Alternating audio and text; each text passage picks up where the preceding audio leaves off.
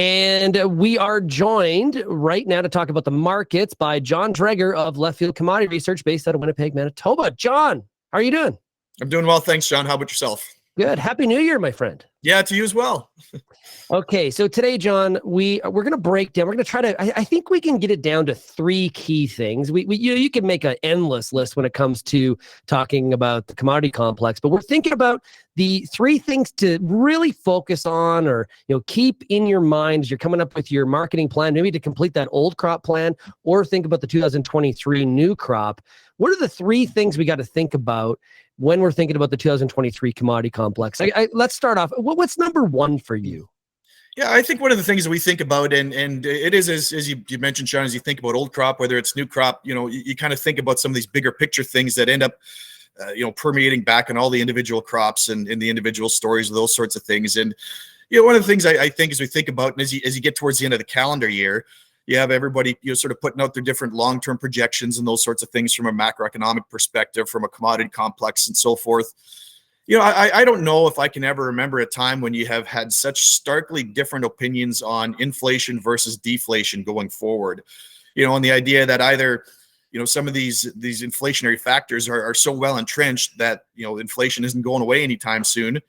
Or the other part of that is have central banks, maybe been raising rates so quickly, and given the amount of debt, they're going to force a recession that's deflationary. And I guess I would say some people that I think are really well respected, really thoughtful people over time that have proven to have high credibility, just really, really different opinions on this. And I think how that unfolds is it really is going to shape the outlook for grain markets here going forward, obviously, in terms of money flows, energy markets. Of course, it's going to have a direct fundamental impact on energy markets. We know how that impacts the grain complex. And so, that really is one that, we'll really be watching here going forward, and chances are pretty good that we maybe get some indication of that early on in the year.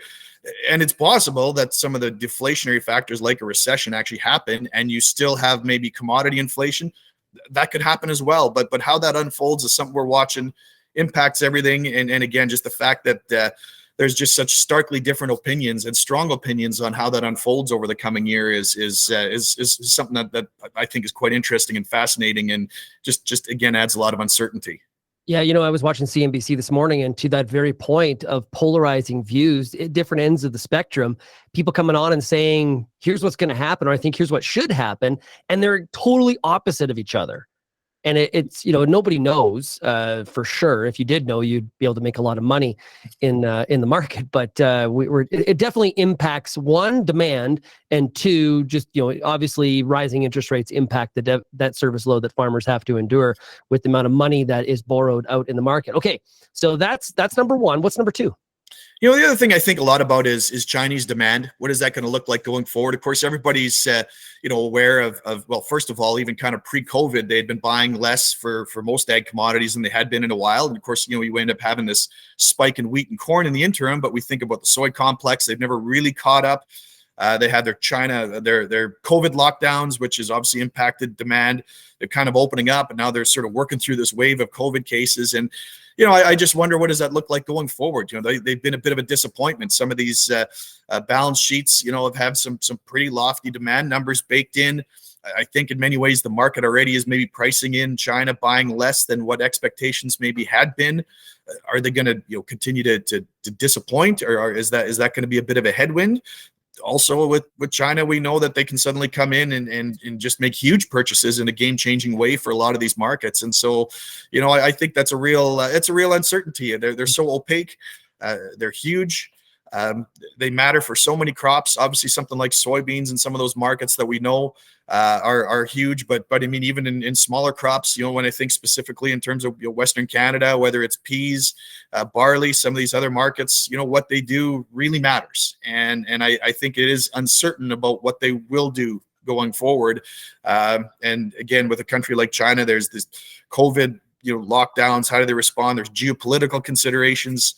They buy for reasons that aren't just market driven like a lot of other markets do, and so it's always been a source of uncertainty in markets, and I think that's going to be as much or even more so here going forward, and again, just impacting so many crops. Yeah, they definitely, when it comes to selling commodities, they are the whale. for Yeah. sure. Now, is one of those other factors that we're not hearing a lot of people talking about is, do we see them boost buying to try to build up those reserves of commodities instead of buying for the short term? Well, and I wonder about that. I think certainly, there's an element of are they going to do some stockpiling? And if that's the case, maybe that's short-term bullish, but maybe longer-term bearish if the underlying demand isn't there. How much are they, would they buy just, to try to support? Is there going to be, we've already seen there's been some turmoil and social unrest because of the lockdowns. Or are there going to be some backlashes because of now some of the challenges they're having by opening up? Do they lock down again? All those things. Do they end up, just kind of stockpiling food to try and keep food prices contained and availability as one way to maybe try and manage some of that? I don't know, but that's a possibility. And again, is that now actually genuinely new demand, or are they pulling forward future demand? Those are all questions that I think are really hard to answer, and yet are going to have a real meaningful impact on these markets. Okay, number 3. The other thing to think about, and it's maybe a little bit more, I don't know if mundane is the right way to phrase it, but we have for a lot of these major crops, whether we're talking corn and soybeans in the U.S., we think about wheat globally. We think about, say, canola here in Western Canada, or barley, or some of these other crops. I think almost across the board, you have balance sheets or projected carryouts for the current crop year that are pretty tight for almost all crops. And so I guess one of the things to sort of think about and wonder about is as we start getting into the second half of the old crop year, and we're getting closer to where, maybe we're not that far away from we start thinking about new crop acres and weather and so forth. With some of these balance sheets, prices are high historically for most crops, even if they're off, earlier peaks. Are these balance sheets going to get tight, tighter as we get into the tail end of this crop year, which sort of cranks up a little bit of urgency as we get into spring planting and spring weather? Or, maybe if demand's a little bit softer or whatever the case is, do you add just a little bit of cushion that takes a little bit of urgency out of the market? Maybe then you get some decent spring planting conditions and so forth, and now suddenly you got some real headwinds for these prices. And I think for a lot of these balance sheets, I don't know if tipping point is the right word, but it wouldn't take a whole lot of, maybe cushion to kind of have an impact on prices. Conversely, if things actually tighten up a little bit because they're already quite tight, you increase that urgency quite a bit. And so, in that sense, the next couple of months is kind of a time of year when you sort of, let's call it, sort of plod through, trying to fine tune demand numbers before you kind of in, say, second half of March, sort of, kick off that focus on new crop. Well, it's kind of a quieter time of year, but it wouldn't take much of a swing in some of these carryouts for old crop to kind of, really, really shape that perspective for new crop going forward. And so, in many ways, even fine tuning around the margins might have a bit of an outsized impact here as we look ahead to the spring and summer months. Yeah, because the market is really priced in tight balance sheets. So if it was to come to fruition because of the interest rates, global recession, the China factor, as you mentioned, that's what happens in number 3. If we do see those balance sheets expand more than people expect, they don't get bloated, but they're just a little bit thicker than people originally had thought. That'll definitely have a negative impact on the market, or at least a reaction in the short term. Yeah, I think so. And certainly, at least if you think about from a farmer perspective, again, when you think about managing risk, whether you take some risk off the table on some rallies or how to navigate that. And as I mentioned, it wouldn't take a whole lot of a swing, say in the corn carryout or soybeans or, canola or whatever it is to, again, sort of really crank up that urgency because now the risk is amplified. Or else, again, you just add enough bushels where, maybe conditions aren't the best in spring, but the market's not too worried about it. Then you get maybe some timely rain, and suddenly there's a heaviness that's there. And again, as these things always are, it's relative to price. If everything was 25% lower, that conversation looks different. But we're at historically really high prices still, even if we're off those peaks. And so, that's something that's, it wouldn't take a whole lot of additional production or supply to kind of just cause some of that to leak out of the market. And so I don't know if it's going to happen, but certainly that's something we're watching real close over the next couple months. Well, and you can see balance sheets getting tighter. Think about from a wheat perspective through the western half of the U.S., places like Kansas, Nebraska, it's dry. Also dry still relatively, we're not really out of the woods when you think about Western Canada. There's still some very dry spots in some of the key wheat growing regions of the Western Canadian prairies. Mother Nature doesn't really cooperate there's another, you can argue that side. We were back to where we're talking about inflation, where you have, people arguing both sides, and you're like, yeah, that makes sense to me. And they're totally opposing views. You can do the same when it comes to the balance sheet.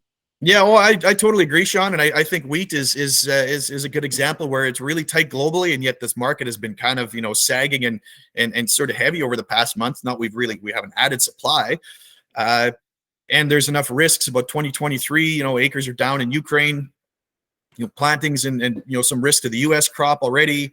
As you mentioned, it's dry in Western Canada. If we get the moisture, it's going to be no problem. But we're already starting, with a little behind the curve for a good portion of the prairies. These are all risks that currently are very real, and yet we all know that spring weather is by far the most important thing. And if the weather cooperates, everyone's going to forget that anybody worried about it, or because we're already tight coming in, and you already start stacking up some of these risks, and then you start running into some dryness or some other problems, and now everything sort of gets cranked up again. And so, it's really is a wide range of potential outcomes here at this stage of the game, hinging on things that at this stage of the game you just simply don't know, for being honest. We can kind of handicap it. We can kind of lean one way or the other in terms of where we think this maybe will go. But I think we're just being honest. If we don't know exactly how weather is going to play out, or if China's going to crank up purchases or not, or those sorts of things, I think that's just being honest, and yet it's going to have a huge impact here going forward.